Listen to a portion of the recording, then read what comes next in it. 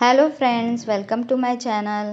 आज बनवणार आहे क्रिस्पी आणि क्रंची अशी कोथिंबीर वडी. महाराष्ट्रीयन रेसिपी आहे आणि ती बाहेरूनच नाही तर आतूनसुद्धा खूप क्रंची अशी बनते. तर चला बनवूया कोथिंबीर वडी. कोथिंबीर वडी बनवण्यासाठी मी घेतली आहे ही कोथिंबीर. कोथिंबीर चांगली साफ करून आणि धुवून घेतली आहे. त्याच्यामध्ये 1 टीस्पून मी अद्रक लसूणची पेस्ट ॲड केली आहे. चवीनुसार मीठ ॲड केलं आहे आणि 1 चमच हळद ॲड केली आहे आणि अर्धा चमच गरम मसाला पावडर ॲड केली आहे आणि 2 टीस्पून रेड चिली पावडर म्हणजेच लाल तिखट ॲड केलं आहे. तुम्ही जर तिखट जास्त खात असाल तर थोडं जास्त ॲड करा आणि थोडंसं चिमूटभर असं खाण्याचा सोडा ॲड केला आहे.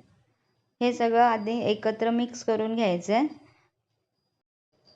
याच्यामध्ये 1.5 वाटी आपल्याला बेसन पीठ ॲड करायचं आहे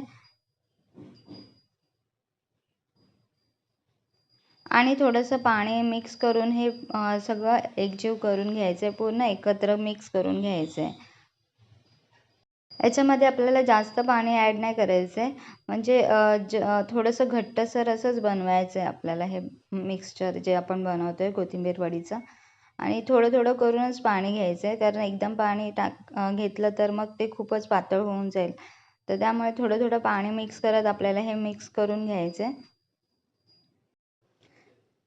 तर हे बघा, अशा प्रकारे हे एकजीव करून घ्यायचं आहे.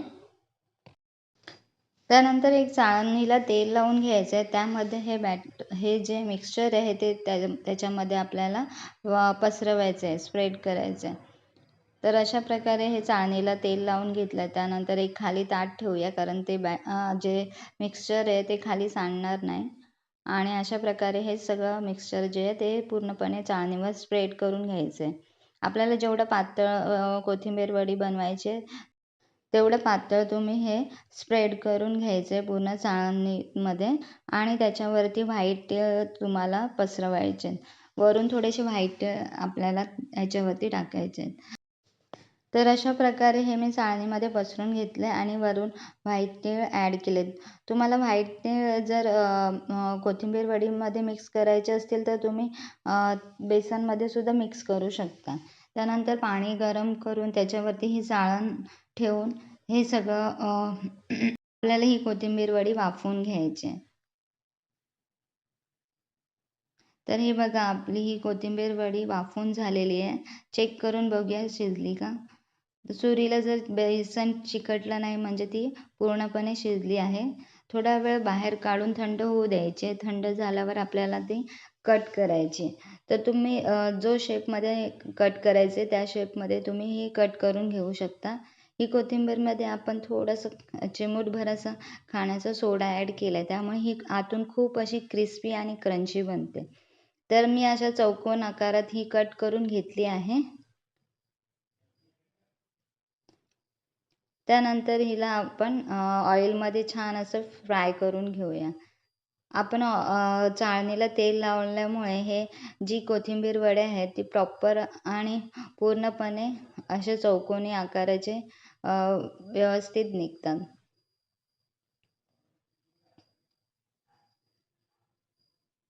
तर हे बघा, अशा प्रकारे ही चौकोनी कोथिंबीर वडी रेडी झाली आहे आणि बिलकुल पण तुटत नाही आणि आतूनसुद्धा एकदम फुगलेली आहे. त्यामुळे ती आतमध्ये सुद्धा क्रंची बनते. जेव्हा आपण ती फ्राय करतो ना, तर ती कोथिंबीर वडी जी आहे ना, ती आतून पण एकदम क्रंची बनते. आणि ती क्रंची बनण्यासाठीच आपण त्यामध्ये थोडासा खाण्याचा सोडा ॲड केला आहे.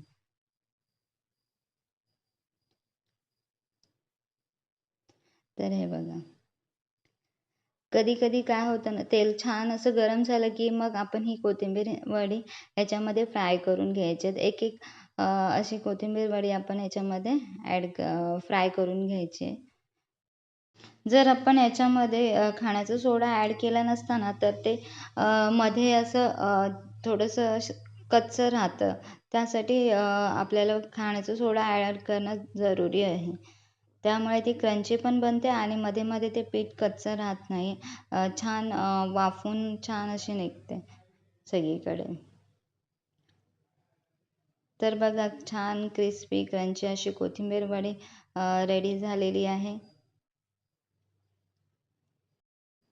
तर अशा प्रकारे आपल्याला कोथिंबीर वडी दोन्ही साईडनी फ्राय करून घ्यायच्यात आणि सगळ्या कोथिंबीर वडी थोडी थोडी करून अशा फ्राय करून घेतल्या.